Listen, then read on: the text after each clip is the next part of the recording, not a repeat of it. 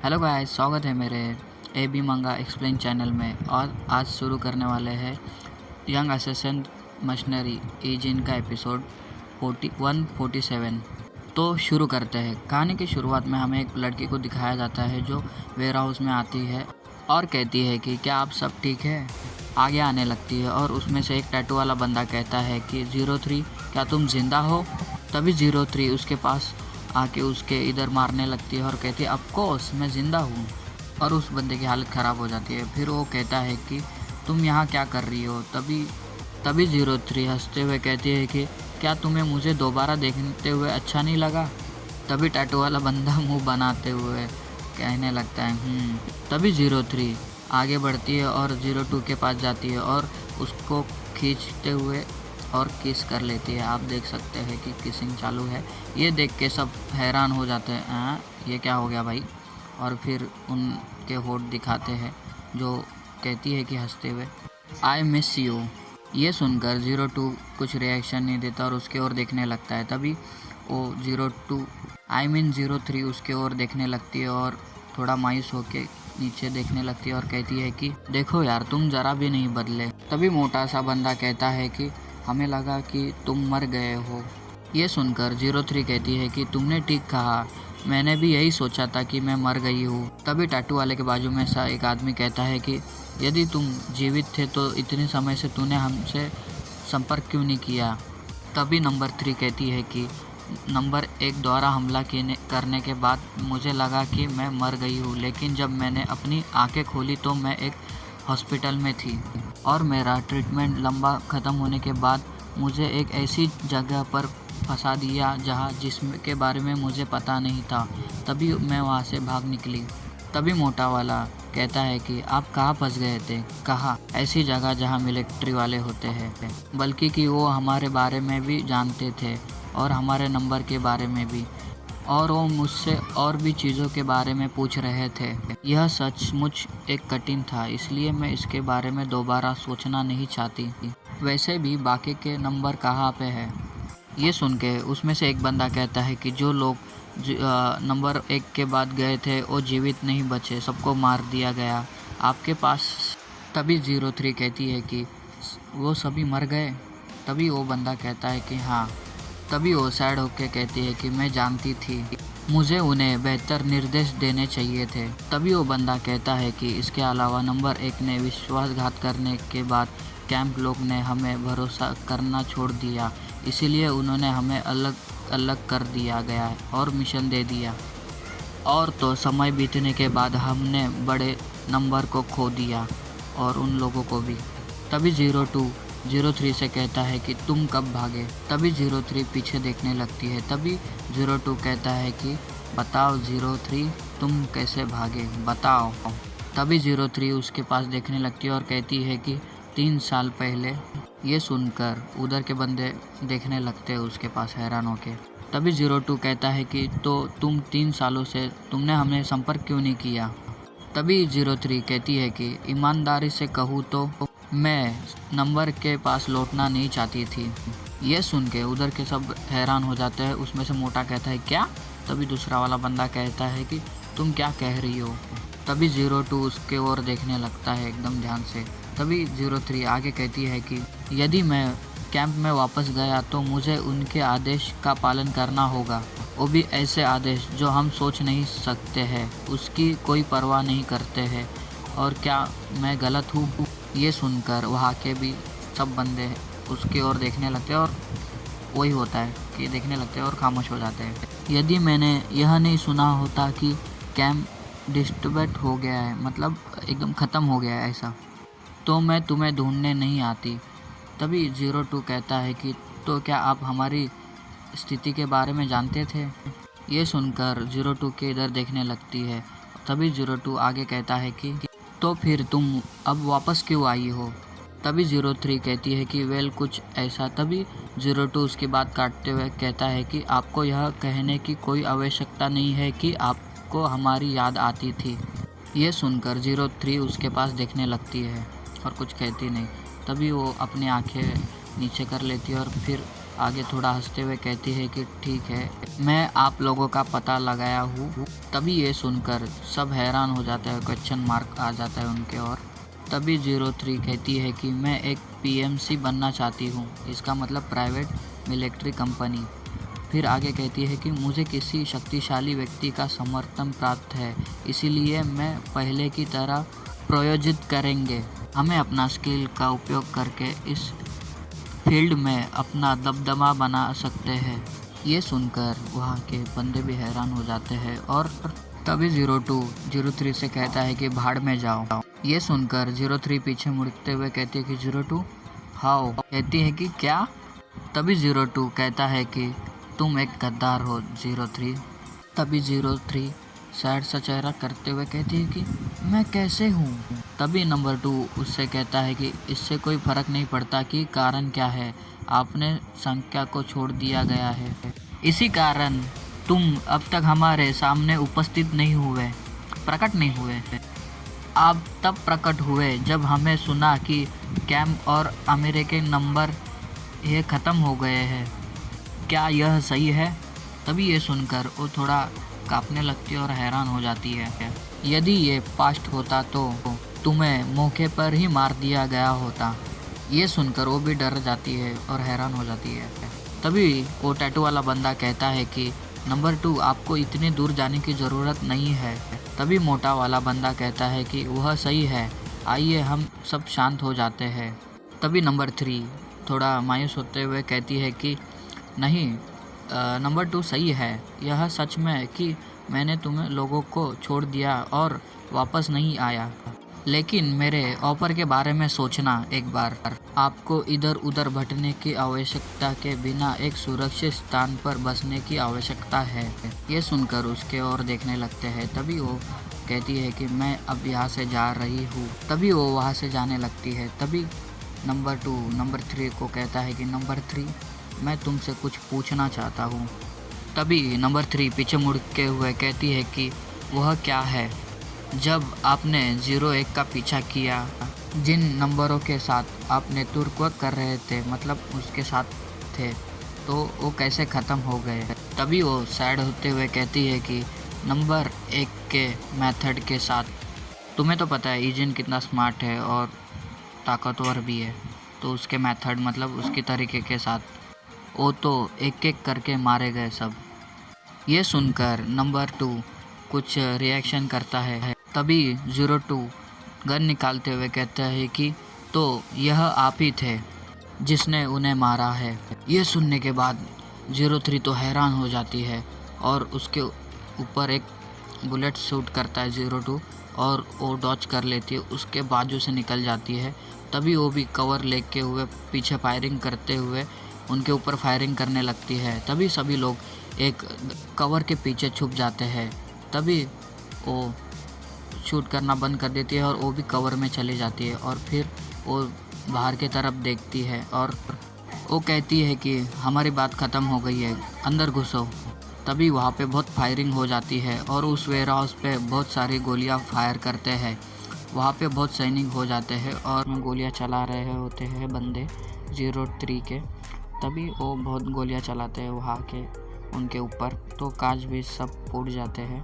वो non stop fire करते रहते हैं। तभी हम हमारे इधर के बंदे को दिखाते हैं जो अपना कवर लेके छुपे रहते हैं। तभी वहाँ का मोटा कहता है कि यह सोचना कि 03 ने हमें धोखा दे दिया है। तभी 02 उसके ओर देखने लगता है। तभी 03 के इशारे से कहती है कि रुक जाओ, अभी फायरिंग मत करो। तभी उधर के बंदे लोग फायरिंग करना बंद कर देते हैं और देख सकते हैं बहुत जन होते हैं। तभी वो कहती है कि 02 यह आपकी समस्या है कि आपने हमेशा 01 पर बहुत अधिक भरोसा किया। जब 01 हमें धोखा दिया, क्या इसका मतलब यह है कि मैंने 01 के बजाय हमारे साथीदारों को मार दिया। ये सुनकर 02 उसके ओर देखने लगता है। तभी वो उस मोटे बंदे को इशारा देते हुए तभी 03 वहाँ से उठ के कहती है कि पहले दिया गया ऑफर अभी भी वैलिड है। मेरे लोगों ने ये केवल इसीलिए प्रतिक्रिया व्यक्त की क्योंकि तुमने मुझ पर हमला किया था।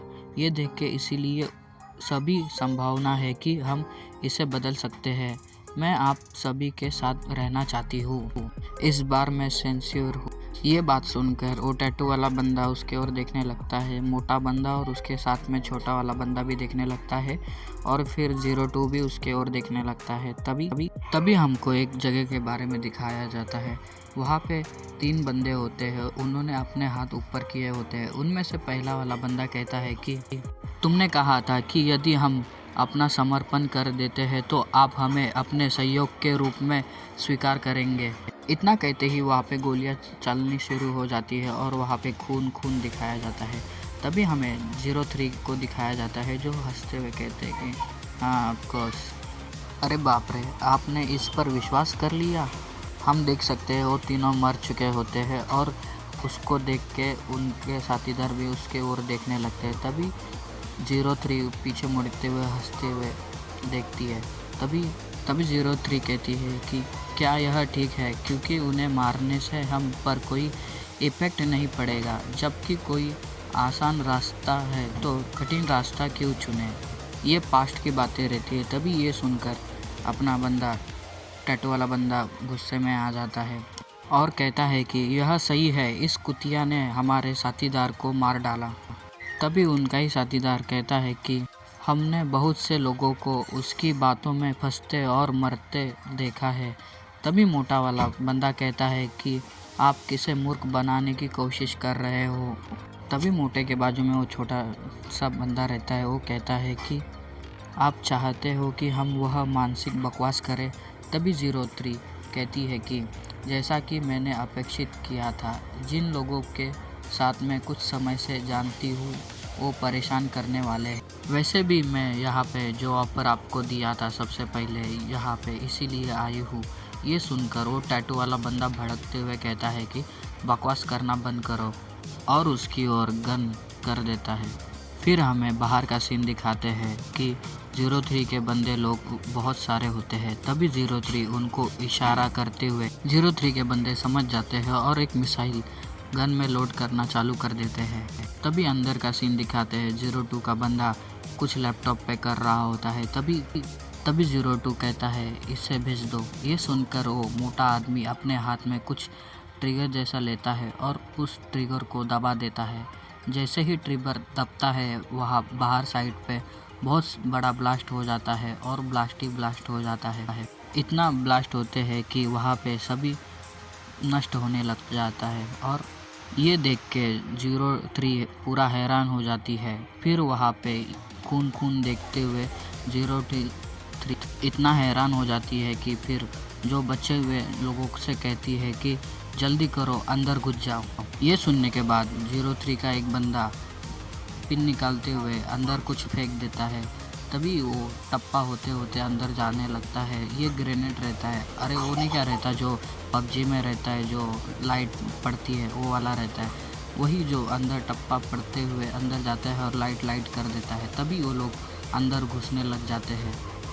तभी उधर के लोग अंदर घुसते हैं। तभी 03 भी गन पकड़ते हुए अंदर आने लगती है और फिर कुछ नोटिस करती है और फिर देखती है कि सामने कुछ नहीं होता। कहाँ गए वो लोग। तभी वो लोग और छानबीन करने लगते हैं, यहाँ वहाँ देखने लगते हैं। तभी 03 को कुछ दिखता है और वहाँ पे चली जाती है और वहाँ पे खड़ी हो जाती है तो देखती है कि अंडरग्राउंड एक रास्ता होता है।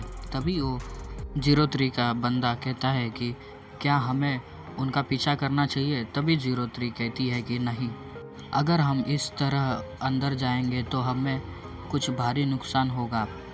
तभी हम पीछे हट जाते हैं। फिर वो वहाँ से चले जाती है और सोचने लग जाती है। तभी सीन शिफ्ट होता है, हमें एक घर दिखाया जाता है। वहाँ पे ईजिन होता है। फाइनली ईजिन को दिखाया गया है। तभी ईजिन अपना वर्कआउट करता है। तभी वहाँ पे फ़ोन आता है। तभी ईजिन नीचे उतरते हुए वो फ़ोन को उठा लेता है और सामने से आवाज़ आता है, नंबर 3 ज़िंदा है। ये सुनकर ईजिन हैरान हो जाता है और ईजिन उससे कहता है कि क्या तुमने यह नहीं कहा था कि मुझे मेरा पीछा करने वाले सभी लोग मर गए। ये और कोई नहीं रहता, 02 रहता है। तभी 02 सामने से कहता है कि हम सब यही सोच रहे थे, हमें हाल ही में ही पता चला क्योंकि वह हमसे मिलने आई थी। ये सुनकर ईजिन थोड़ा सोचने लगता है। तभी 02 आगे कहता है कि और जिसने आपका पीछा करने वाले नंबरों को मारा वो 03 थी। भाई ये सुनने के बाद भी ईजिन भी हैरान हो जाता है और फिर तभी ईजिन कहता है कि क्यों? तभी 02 कहता है कि यह तो आपको पहले से ही जानते हो। 03 वह व्यक्ति है जो अप्रत्याशित है। यह सिर्फ 03 नहीं है, यह हम सभी के लिए समान था। तभी ईजिन कुछ सोचता है और फिर पास्ट में चले जाता है। पास्ट में बारिश होती रहती है और फिर एक बंदे को दिखाया जाता है जो घायल होता है। तभी ईजिन को दिखाते हैं जो बंदूक तान के उसके सामने खड़ा होता है। तभी ईजिन वहाँ से जाने लगता है और वो बंदा कहता है कि भागने की पूरी कोशिश करो। तभी ईजिन कहता है कि हाँ ठीक है। तभी ईजिन पीछे देखता है। तभी वो आदमी हंसते हुए कहता है कि थैंक यू तुम्हारा हर चीज़ के लिए 01। ये सुनकर ईजिन उसके पास देखने लगता है और फिर आगे बढ़ते हुए भागने लगता है। तभी हमें दिखाते हैं बारिश होती रहती है और वो ईजिन भागने लगता है। तभी अचानक वहाँ पे एक गोली चलती है। तभी ईजिन सतर्क हो जाता है और सीधा गन तांग देता है। फिर सामने देखता है कि वो नंबर 3 रहती है। नंबर 3 हंसते हुए कहती है कि नंबर 1, मैं ये जानती हूँ कि यह जगह गंदगी का ठिकाना है, लेकिन आप हमसे क्या चाहते हो? ये सुनकर ईजिन कुछ नहीं कहता और उसकी ओर देखने लगता है। तभी नंबर 3 आगे कहती है कि चलो वापस चलते हैं। ये रूल है कि धोखा देने वाले को मारने का है, लेकिन नंबर यदि ये आप हो तो इसका अंत केवल सज़ा के साथ होगा। छोटी सी सज़ा होगी, वो भी कड़ी। ये सुनकर ईजिन उसके पास देखने लगता है। तभी 03 आगे कहती है कि मैं भी एक अच्छा शब्द रखूँगी और मैं ये दूसरों को भी बताऊँगी। ईजिन को कुछ समझ में नहीं आता। तभी वो आगे कहती है स्माइल देके कि इसलिए वापस चलो। इतना कहते ही वो फायर करना चालू कर देती है। ईजिन उस गोलियों को डॉज करते हुए भागने लगता है और बदले में ईजिन भी 03 के ऊपर गोलियां चलाने लगता है। तभी दोनों भी बचने के लिए कवर में जाते हैं और वहाँ से गोलियां चलाने लगते हैं। तभी एक साइड से 03 गोलियां चलाने लगती है तो दूसरे साइड से अपना ईजिन चलाने लगता है गोलियां उसके ऊपर। तभी एक गोली ईजिन के बाजू में से निकल जाती है। तभी ईजिन उसके पास देखने लगता है हाँफते। तभी हम 03 को भी देख सकते हैं जो वो भी हाँफने लगती है। तभी 03 कहती है कि नंबर 1, यह आपके लिए बेहतर नहीं होगा यदि आप अभी मरे। ये सुनकर ईजिन उसके पास देखने लगता है और 03 आगे कहती है कि तुम ऐसा काम क्यों कर रहे हो? तुम जानते हो कि धोखा देना मौत है। और उन साथीदारों के बारे में क्या जिन्होंने आप पर भरोसा किया? क्या उन पागल कमीनों ने तुम्हारा पीछा किया? क्या आप उनके मरने के बाद भी जीवित रह सकते हो? तभी ईजिन सैड होकर कहता है कि वो मरे नहीं। ये सुनकर 03 कहती है कि क्या? तभी ईजिन उससे कहता है कि मैंने बस उन्हें इतना मारा कि वो मेरा पीछा ना करे। ये सुनकर 03 हैरान हो जाती है और कहती है कि आप अपना पीछा करने वाले टीम के लोगों को मारे बिना यहाँ तक आए हैं। जब आप पहली बार यहाँ आए थे मैंने सोचा था कि तुम एक बच्चे हो जो भूख से मर जाओगे क्योंकि उसे खाना नहीं मिलता था। तो ट्रेनिंग तो दूर की ही बात है, लेकिन एक मॉन्स्टर में बदलने के लिए। तभी वो कुछ सोचने लगती है और वो कहती है कि चले जाओ। ये सुनने के बाद ईजिन कुछ नहीं कहता और तभी 03 आगे कहती है कि यदि तुम इतनी बुरी तरह से भागना चाहते हो तो फिर हम सबको छोड़ दो। आइए देखते हैं जाने के बाद आप कितने अच्छे से रहते हो। ये सुनकर ईजिन उसके पास देखने लगता है और फिर माहौल शांत होता है। फिर 03 वहाँ ही बैठी रहती है। तभी ईजिन वहाँ से भागने लगता है। 03 कुछ नहीं करती और ईजिन को भागने देती है। तभी सीन शिफ्ट होता है, हमें वही ट्रेनिंग ग्राउंड का सीन दिखाया जाता है जिधर हमारा ईजिन ट्रेनिंग करता है। तभी वहाँ पे कुछ लोग कुछ नोटिस करते हैं और वहाँ पे देखने लगते हैं। तभी कोई बंदा पंच पे पंच मारते जाता है सैंड बैग पे, और कोई नहीं, ये ईजिन रहता है और वो उसको ही देख रहे होते हैं। तभी ईजिन कुछ सोचने लगता है और वही बातें याद करता है जिस 02 ने उससे कही थी कि यह वो लड़की है 03, वह जिसने आपके पीछे करने वाले नंबरों को मार डाला था। तभी ईजिन ये सोचते हुए एक ज़ोर सा मुक्का उस सैंड बैग पर मार देता है, उससे चैन भी हिलने लगती है। उसको ऐसा देख के उधर के बंदे भी थोड़ा सा हैरान हो जाते हैं। तभी ईजिन सैड होते हुए कुछ सोचने लगता है। तभी सुखजुक वहाँ पे आके उससे कहता है कि कुछ हुआ है क्या। तभी वो आगे कहता है कि मैंने पहली बार तुमको इस तरह पंचिंग बैग को मारते हुए देखा है। ये सुनने के बाद ईजिन उसके पास देखने लगता है। तभी ईजिन भी अपने टीममेट लोगों के पास देखने लगता है। तभी वो सब डर गए होते हैं और कोई कह रहा होता है सो स्कैरी। तभी ईजिन वहाँ पे कोई बोलता है कि सब जन इकट्ठे हो जाओ, कुछ ऐसा है जो आपको सभी को जानना आवश्यकता है, राष्ट्रपति के विदेशी कार्यक्रम के लिए। तभी उनका कोच कहता है कि टीम 1 के अलावा हमने अन्य टीमों के अतिरिक्त लोगों को भी भेजने का निर्णय लिया है।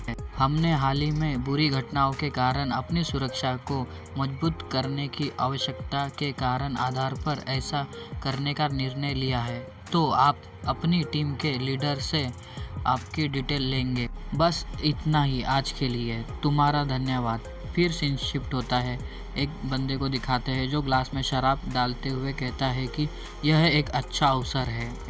SWS के आलोदन के हाल में ही कोई मूवमेंट नहीं हुई है, इस हद तक कि उन्हें पता ही नहीं चलता कि कब यह पर्याप्त है। तभी वहाँ पे उसका बंदा खड़ा रहता है और वो कहता है कि आपकी धारणाएं सही थी। तभी वो बॉस शराब पीते हुए कहता है कि इसीलिए जब मैंने अपना एक कदम उठाया तो सब कुछ विफल हो गया, लेकिन थैंकफुल हूँ, यह मौका सब कुछ पूरा कर देगा। खैर, अगर ये व्यक्ति बुड्ढा इस व्यक्तिगत रूप से शामिल हो सके तो ठीक है, ये सबको बता देना। ये सुनकर वो बंदा कहता है कि हाँ ठीक है सर। तभी हमें एक कर्नल को दिखाते हैं, ये पहले ही देखे गए थे। वो कहता है कि और उनके बारे में क्या। तभी उनके पास वाला बंदा कहता है कि वह हाल ही में यहाँ पे आए हैं, अभी यही उनको स्काउट किया जा रहा है। तभी कर्नल कहता है कि मुझे पसंद नहीं है, क्या हो रहा है। तभी दूसरा आदमी कहता है कि मेरे लिए एक अज्ञात टीम, मतलब दूसरे टीम के साथ आगे बढ़ना, मैं यह भी नहीं जानता कि वो कौन है। ये सुनकर कर्नल कुछ सोचने लगते हैं। तभी वो आगे कहता है कि किसी दूसरे टीम के साथ जाना, क्योंकि वो सब कुछ हम पर नहीं छोड़ सकते। इसका मतलब यह नहीं कि उन्हें हम पर भरोसा है। तभी कर्नल कहता है कि इसमें एलिस भी शामिल होगी, इसीलिए स्काउटिंग से उसे हटा दो और उसको अंदर बुलाओ। तभी उसके सामने वाला बंदा कहता है कि क्या उसे स्काउटिंग से हटाकर दोबारा बुलाने की ज़रूरत है किसी ऐसे व्यक्ति के लिए जो वही करता है जो वह चाहता है। तभी कर्नल गुस्से में कहता है रुको, उसे एक स्पष्ट वार्निंग देना, और यदि वह इस बारे में ऑर्डर नहीं सुनती उससे कहो कि हम उसके भाई बहन को मार डालेंगे। तभी वो आदमी कहता है कि ठीक है, अगर आप ऐसा कहते हैं। तभी वहाँ पे कोई आने लगता है और उसको आता देख के वो सब भी उसके ओर देखने लगते हैं। तभी ये और कोई नहीं, ये अपनी 03 रहती है। वो सीधा जाके कर्नल के सामने आके खड़ी हो जाती है और उससे कहती है कि क्या आप इस जंगल के लीडर हो। ये सुन के कर्नल और उसके आदमी भी हैरान हो जाते हैं, बैठे हुए रहते हैं। तभी कर्नल उससे कहता है कि और तो वो मेंबर जो आपसे जुड़ेंगे। तभी 03 कहती है कि 3, जिनमें से मैं भी शामिल हूँ। तभी पीछे वाला आदमी कहता है कि हाँ 3, और आप भी आ रहे हो। क्या आप कह रहे हो कि आप अपनी सुंदरता का उपयोग नहीं करना चाह रहे हो। तभी 03 उसके पास देखने लगती है और हंसते हुए कहती है कि जैसा कि आप देख सकते हैं कि मेरी एक सुंदरता ऐसी चीज़ है जिस पर मेरे को पूरा भरोसा है। ये सुनकर वो अपने दांत पीसने लगता है और गुस्सा हो जाता है। तभी कर्नल मन में कहता है कि जब से वो यहाँ पे आई है तब से वो विचलित नहीं हुई है। तभी कर्नल 03 से कहता है कि मैंने आपको कहा था, पहले भी बताया, लेकिन जो हो रहा है वो सही नहीं हो रहा है, मुझे पसंद नहीं है। दूसरे ग्रुप से हाथ मिलाना और यह तक कि ऐसा ग्रुप जिससे कोई वेरिफिकेशन भी नहीं किया गया है। तभी 03 कहती है कि हाँ मैं समझती हूँ। तभी कर्नल आगे कहता है कि मैं आपको और आपकी टीम के साथ हमारे आगे बढ़ने के बारे में कुछ नहीं कर सकता, लेकिन हम हर चीज़ पे आगे रहेंगे। क्या आपको कोई आपत्ति है? ये सुनकर 03 कहती है कि नहीं, और तो ये इम्पोर्टेंट मिशन सफल हो तो ठीक है। मीटिंग ख़त्म हो गई है। प्रत्येक टीम के लिए अगली बातें निर्धारित लोकेशन पे मिल जाएगी।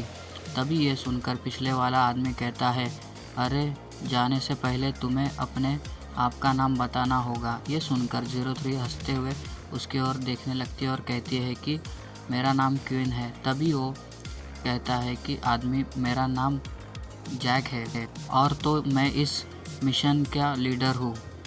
ये सुनकर हमारी 03 उसके ओर देखने लगती है और कहती है कि ओ अरे ऐसा है क्या, बाप रे अच्छा नाम है। ये सुनकर जैक भी हैरान हो जाता है और हंसने लगता है।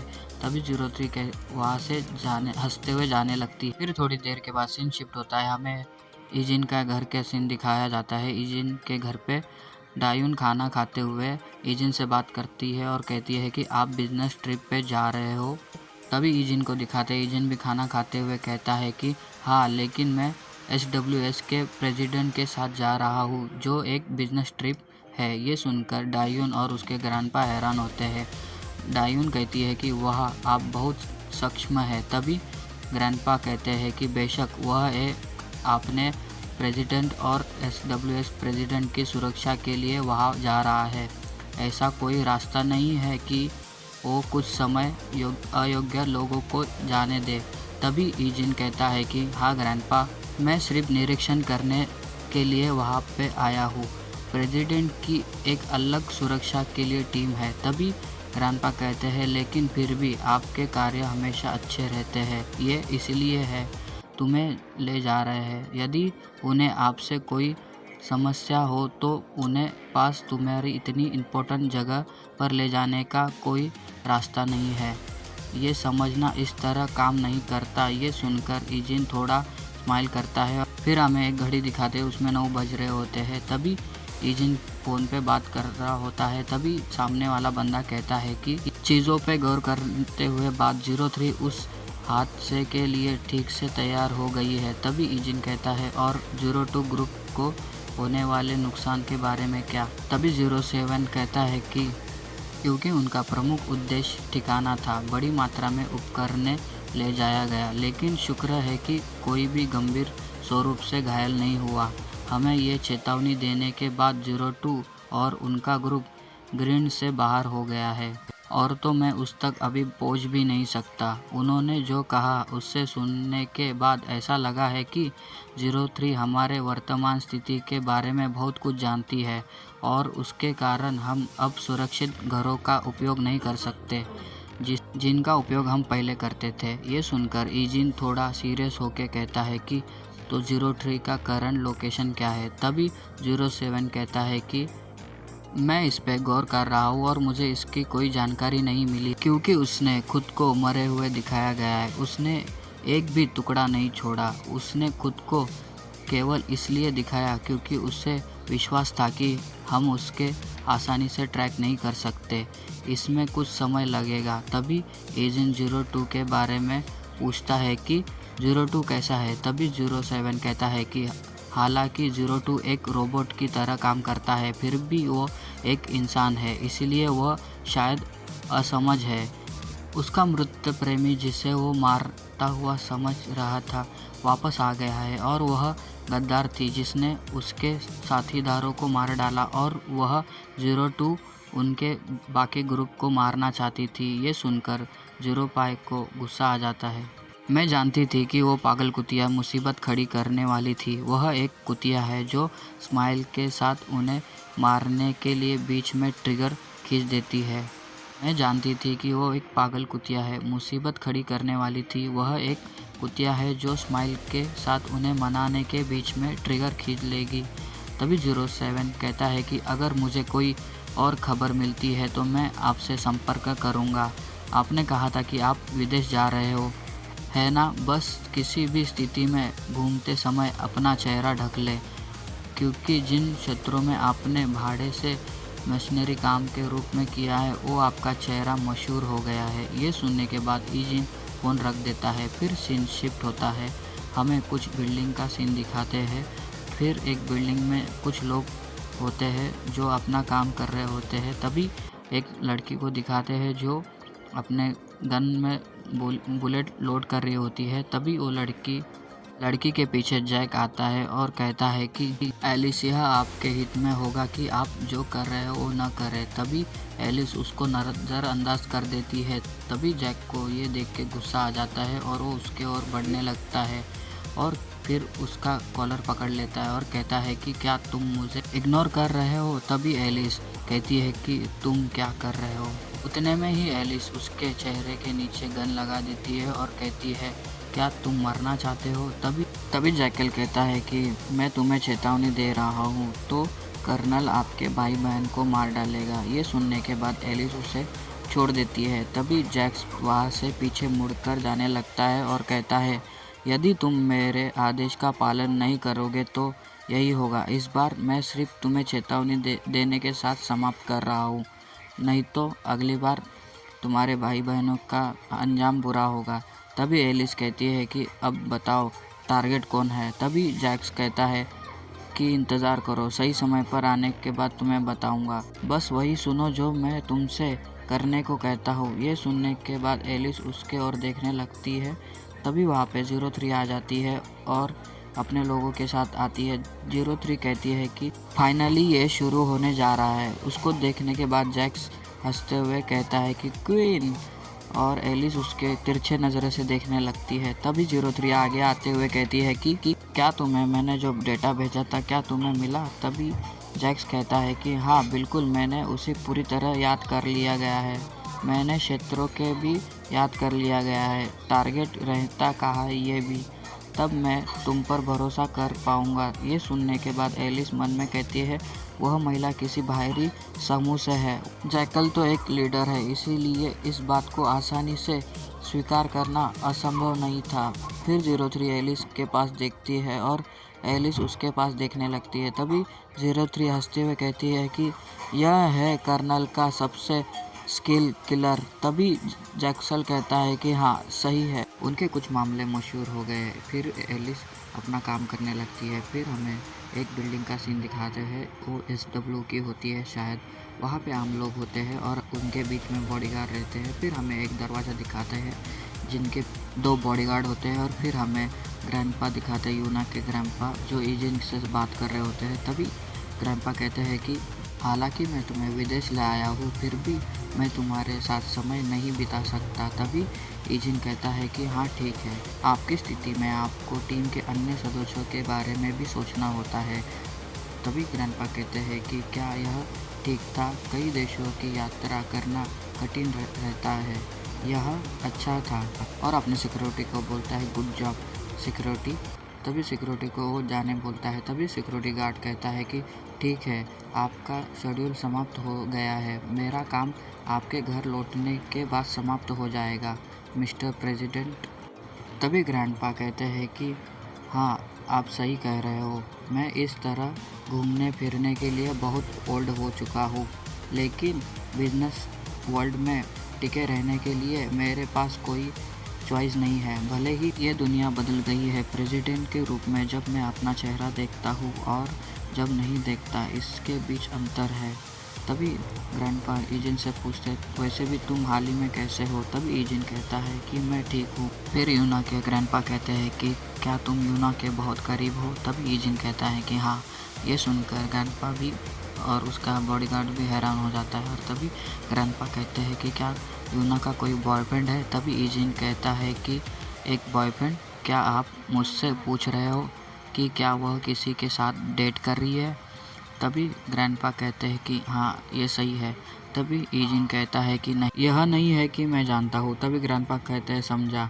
तभी आपस में ऐसे बातें होती रहती है। तभी बॉडीगार्ड परेशान हो जाता है ये बातें सुनने के बाद। फिर सीन शिफ्ट होता है हमें बिल्डिंग का टेरेस का सीन दिखाते हैं। तभी वहाँ पर एक रस्सी दूसरे बिल्डिंग के ऊपर अटक जाती है। कुछ लोग वहाँ से दूसरे बिल्डिंग में टेरेस के ऊपर चढ़ जाते हैं। तभी हमें नीचे पार्किंग का सीन दिखाते हैं, जहाँ एक वैन बड़े ही तेज़ी से जा रही होती है और रुक जाती है और उस वैन का दरवाज़ा खुलता है। वहाँ से कुछ लोग सूट वाले होते हैं जो नीचे उतरने लगते हैं। कुछ लोग बिल्डिंग के अंदर घुस जाते हैं और वो आगे बढ़ने लगते हैं। तभी हम देख सकते हैं एक गार्ड को दिखाते हैं जो गार्ड मर चुका होता है। फिर हमें जैक को दिखाते हैं और एलिस और 03 को दिखाते हैं जो उन्होंने सिक्योरिटी कैमरे पे कब्जा कर लिया होता है। तभी जो लोग उस रूम को गार्ड कर रहे थे उसे भी मार दिया गया है।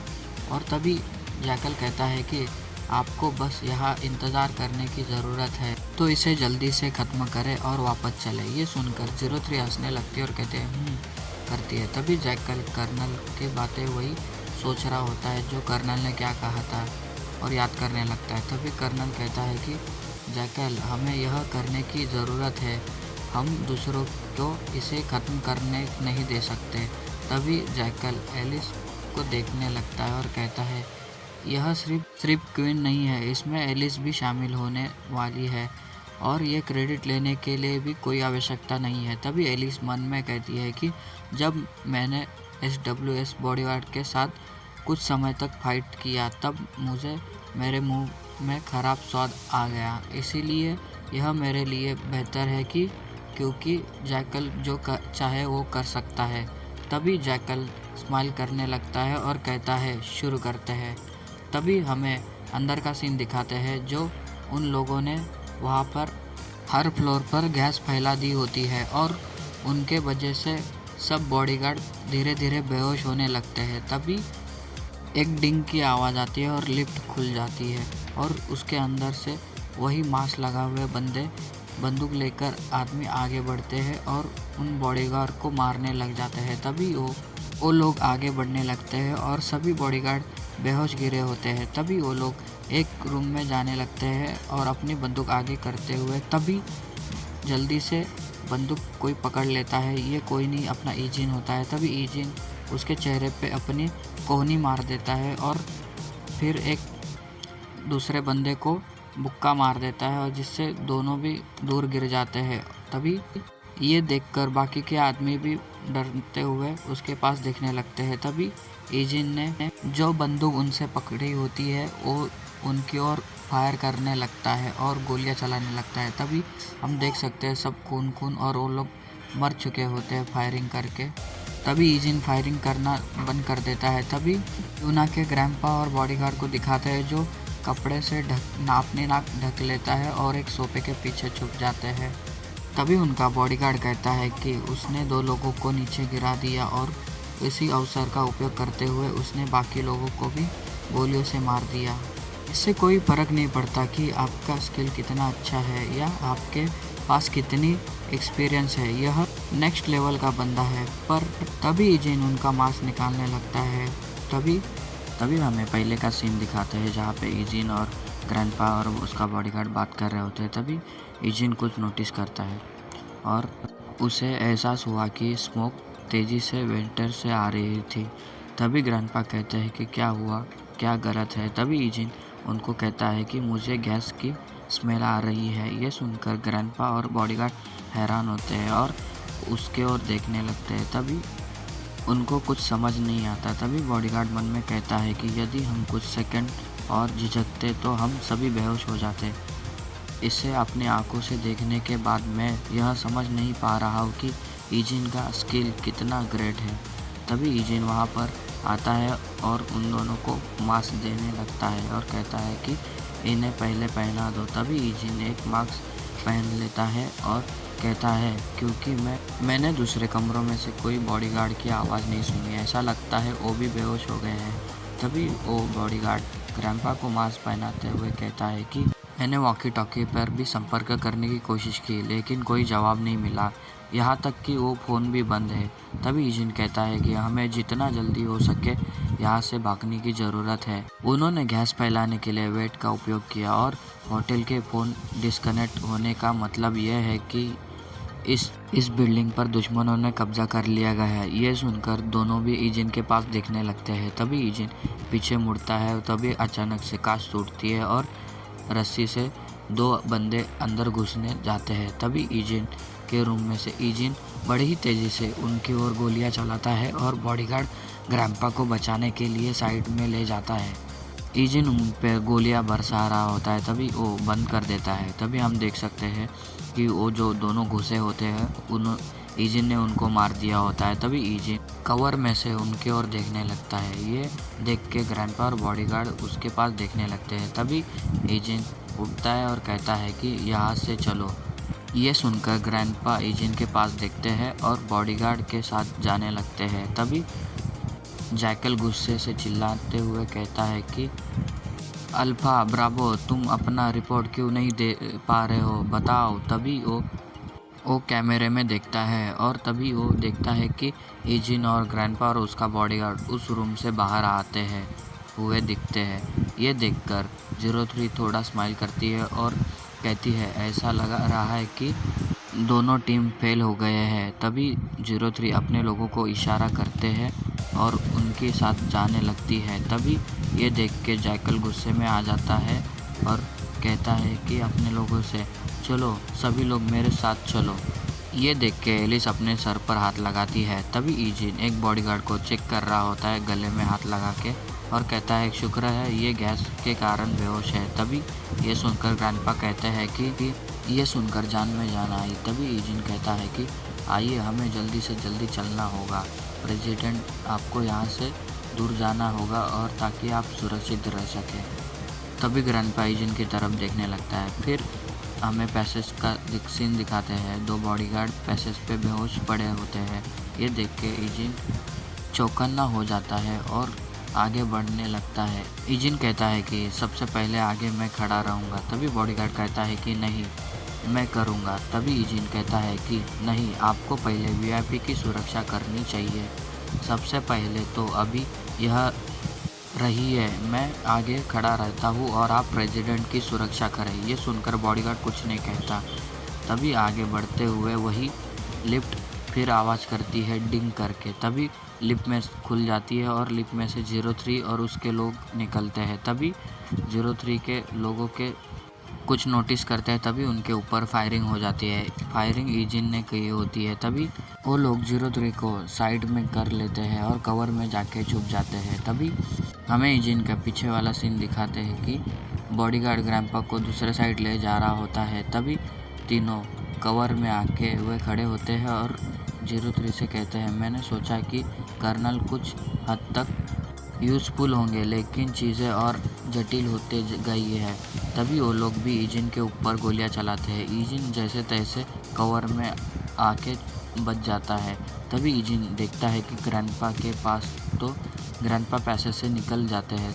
तभी ईजिन ये फ़ायदा उठाते हुए उधर से उठने लगता है और उनके और गोलियां चलाने लगता है। उतने में ही गोलियों को आते हुए देखे वो भी कवर में छुप जाते हैं। तभी ईजिन इसका फ़ायदा उठाने लगता है और ईजिन वहाँ से भागने लगता है और एग्जिट से बाहर जाने लगता है, मतलब सीढ़ियों से। तभी हम देखते हैं सीढ़ियों पर ईजिन सीढ़ियों से आगे खड़ा होता है और पीछे ग्रैंपा और उसके पीछे बॉडीगार्ड। तभी तीनों भी सामान संभाल के चल रहे होते हैं और तभी ईजिन इशारा करता है मुट्ठी बंद करने का। वो लोग वहीं रुक जाते हैं और उसकी ओर देखने लगते हैं। तभी ईजिन सीढ़ियों से नीचे देखने लगता है तो बहुत नीचे से वही लोग ऊपर की ओर बढ़ने वाले होते हैं तेज़ी से। तभी वो ईजिन अपना बड़ी स्टाइल से वही खड़ा रहता है और जो विलन लोग बड़ी ही तेज़ी से सीढ़ियों से ऊपर की ओर बढ़ने लगते हैं उनमें जैकल भी होता है साथ में। तभी ईजिन ऊपर की ओर उंगली दिखाता है। ये देख के ग्रैंपा और बॉडीगार्ड देखने लगते हैं। तभी ईजिन कहता है कि अब मतलब ऊपर चलो करके। तभी ग्रैंपा का बॉडीगार्ड समझ जाता है और फिर ग्रैंपा को लेके ऊपर चढ़ने लगता है। ये देख के ईजिन उधर ही देखने लगता है और फिर दूसरी ओर देखने लगता है।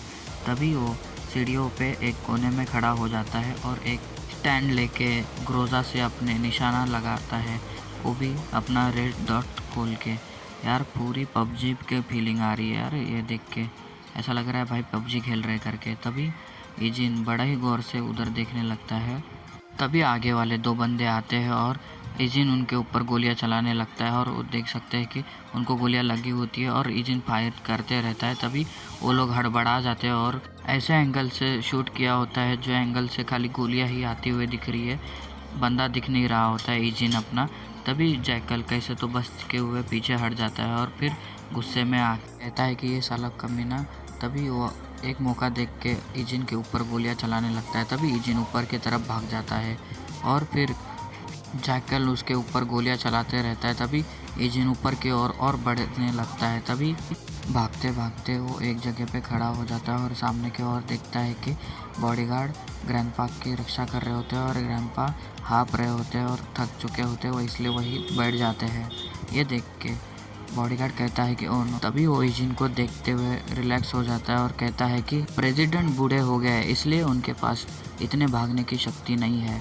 तभी प्रेसिडेंट हाँफते हाँफते ईजिन से कहते हैं कि मुझे माफ़ कर दो। तभी ईजिन कहता है कि एक साथ रहना डेंजर है, इसीलिए मैं उन्हें किसी और लोकेशन पर ले जाऊंगा। ये सुनने के बाद बॉडीगार्ड कहता है कि क्या? तभी ईजिन एग्जिट का दरवाज़ा खोलता है और कहता है कि मैं ऐसा दिखाऊंगा जैसे कि हम इस ओर गए थे। अभी भी 3 और 4 विलन सामने आ रहे हैं। जब हम पर ही हमला किया जा रहा है और हमारा ही पीछा किया जा रहा है तो वो यह नहीं सोचेंगे कि हमने उनको बेवकूफ़ बनाया है। प्लीज़ चुपचाप ऊपर की ओर चले। ये सुनने के बाद प्रेसिडेंट और बॉडीगार्ड ईजिन के पास देखने लगते हैं। तभी प्रेसिडेंट कहते हैं कि यह हम नहीं कर सकते, आप दोनों शायद पहले से ही जानते हैं। ये सुनकर ईजिन कहता है कि लेकिन मुझे इसकी आदत है। तभी ईजिन सीरियस हो जाता है। ये देखने के बाद प्रेसिडेंट कुछ नहीं कहते। तभी बॉडीगार्ड प्रेसिडेंट से कहता है, प्रेसिडेंट अगर हम अब और टाइम बर्बाद करते हैं तो यह ईजिन के लिए ख़तरनाक स्थिति में डाल देगा। ये सुनने के बाद प्रेसिडेंट कुछ नहीं कहते और तभी वो लोग ऊपर की ओर पहुंचते हैं। तभी ईजिन एजेंट के दौर पर ही अपने ग्रोजा से गोलियां चलाने लगता है। तभी बॉडीगार्ड प्रेसिडेंट को ऊपर ही ले जा रहे होते हैं। तभी बॉडीगार्ड कहता है कि प्रेसिडेंट यहाँ से चलो। तभी प्रेसिडेंट जाते हुए ईजिन के तरफ देखने लगते हैं कि ईजिन किस तरह से काम कर रहा है। तभी ईजिन उनके ऊपर अंधाधुंध गोलियां चलाने लगता है। तभी भी ये देखकर जैकल को बहुत गुस्सा आता है और कहता है, तुम कमीने रुक जाओ, मैं आ रहा हूँ तुम्हें मार डालने के लिए। पर अपना ईजिन उनके ऊपर गोलियां चला रहा ही होता है। तभी जैकल को एक मौका मिलता है और उस ईजिन के ऊपर गोलियां चलाने लगता है। तभी ईजिन वहाँ से भागने लग जाता है और वो एग्जिट से बाहर भागने लगता है। तभी जैकल अपने लोगों से कहता है, जाओ साले को पकड़ लो। तभी वो लोग भी ईजिन का पीछा करने लगते हैं और उसके पीछे भागने लग जाते हैं। तभी ईजिन भागते भागते एक पैसेज में आ जाता है और लिफ्ट के जाके इधर रुक जाता है, वही कोने पे जहाँ लिफ्ट होती है। तभी ईजिन लिफ्ट की तरफ देखने लगता है और कहता है कि लिफ्ट का पावर कट ऑफ कर दिया गया है। फिर ईजिन उनके पास देखने लगता है तो उधर से 2 लोग आगे बढ़ रहे होते हैं। तभी ईजिन उनके ऊपर अपने ग्रोजा से फायरिंग करने लगता है, गोलियां चलाने लगता है। तभी वो सीधा उनके हेडशॉट सीधा सर पे लग जाती है। तभी ईजिन के बंदूक की गोलियां ख़त्म हो जाती है। तभी ईजिन मैगजीन निकाल के देखने लगता है, गोलियां ख़त्म हो गई होती है। तभी ईजिन कुछ सोचने ही लगता है। तभी इतने में ही ग्राउंड पर एक स्टन ग्रेनेड आ जाता है ईजिन के पास और वो वहाँ ही फटने जाता है। तभी उसमें से रोशनी ही रोशनी निकल जाती है और ईजिन को कुछ नहीं दिखता। और जिनको नहीं पता कि ये स्टन ग्रेनेड क्या है वो पबजी खेले प्लीज़, और कमेंट में लिख देना पबजी करके। इतनी रोशनी अचानक देखने के बाद ईजिन को कुछ भी नहीं दिखता और वो पीछे जाने लगता है। इतनी रोशनी देखने के बाद ईजिन को दिमाग सुन्न हो जाता है। तभी वो लोग ईजिन की ओर बढ़ने लगते हैं और उनका आवाज़ सुनकर ईजिन उनके तरफ देखने लगता है, पर ईजिन को कुछ भी घंटा दिखता नहीं है अच्छे से और वो एक आँख से ही देखने लगता है। तभी ईजिन को धुंधला धुंधला दिखता है कि उसके और एक बंदा खड़ा है। उतने में ईजिन उस बंदे को टैकल कर देता है और नीचे गिरा देता है। तभी वो बंदा ईजिन के पेट पर एक किक मार देता है ज़ोर से और ईजिन पीछे जाके गिर जाता है। तो वो बंदा जैकल होता है। तभी जैकल अपने हाँफते हाँफते उड़ जाता है और अपने हाथ में बंदूक पकड़ते हुए ईजिन के तरफ देखने लगता है और कहता है, आखिरकार तुम मुझे मिल गए कुत्ते। तभी जैकल इधर उधर देखने लगता है और कहता है कि हालांकि मुझे टारगेट नहीं दिख रहे हैं। तभी जैकल दूसरी तरफ देखता है, तभी ईजिन इसका फ़ायदा उठाता है और उसको एक किक मार देता है। किक खाने के बाद जैकल ग्राउंड पर आ गिरता है। इसके बावजूद वो जैकल बहुत गुस्सा हो जाता है और गोलियां चलाने ही वाला होता है। तभी ईजिन उसकी गन पकड़ लेता है और जैकल अपना पूरा प्रयास करता है, पर ईजिन भी टस से मस्त नहीं होता और वो बंदूक को पूरे टाइट से पकड़ा होता है। तभी ईजिन अपना सर जैकल के सर पर मार देता है। तभी जैकल अपनी पिस्तौल निकाल लेता है। तभी ईजिन उसको देखता है और ईजिन बड़े ही तेज़ी से उसके हाथ पर मार देता है, जिससे उसकी पिस्तौल नीचे गिर जाती है, अपने हाथों से छूट जाती है। तभी इससे देख के जैकल को और बड़ी तेज़ी से गुस्सा आता है। जैकल ईजिन के पेट पे ज़ोर से किक मार देता है, जिससे ईजिन पीछे जाके दूर गिर जाता है और उसके हाथ से बंदूक छूट जाती है। तभी जैकल अपना एक नाइफ निकाल लेता है। ईजिन अपने एक ही आंखों से देख रहा होता है, क्योंकि उस ग्रेनेड के वजह से उसको धुंधला-धुंधला ही दिखाई देने लगता है। तभी जैकल अपने नाइफ को पकड़े हुए उसकी ओर बढ़ने लगता है, पर ईजिन को ऐसा दिखता है जैसे रोशनी रोशनी ही दिख रही है, पर हल्का-हल्का दिख रहा होता है। तभी जैकल अपने नाइफ से एक स्लैश मारता है, तो ईजिन उससे डॉज कर लेता है। तभी दूसरा स्लैश मारता है तो हमें खून दिखाया जाता है। तभी जैकल कहता है कि तुमने जो अब तक चाहा वो किया है, लेकिन अब तुम्हारा एंड है। तभी ईजिन को दिखाते हैं, ईजिन के हाथ पर कट लग चुका होता है और उसमें से खून निकलता है। ईजिन अब हांफते हांफते खुद को संभाल लेता है। तभी जैकल कहता है, मैं तुम्हें तुरंत मार डालूंगा और फिर उस आदमी को मार डालूंगा जिसकी तुम प्रोटेक्ट कर रहे हो। ये कहते ही ये एपिसोड खत्म होता है। मिलते हैं अगले एपिसोड में, और एपिसोड अच्छा लगा तो लाइक और सब्सक्राइब कर लेना। चलो मिलते हैं अगले एपिसोड में। बाय।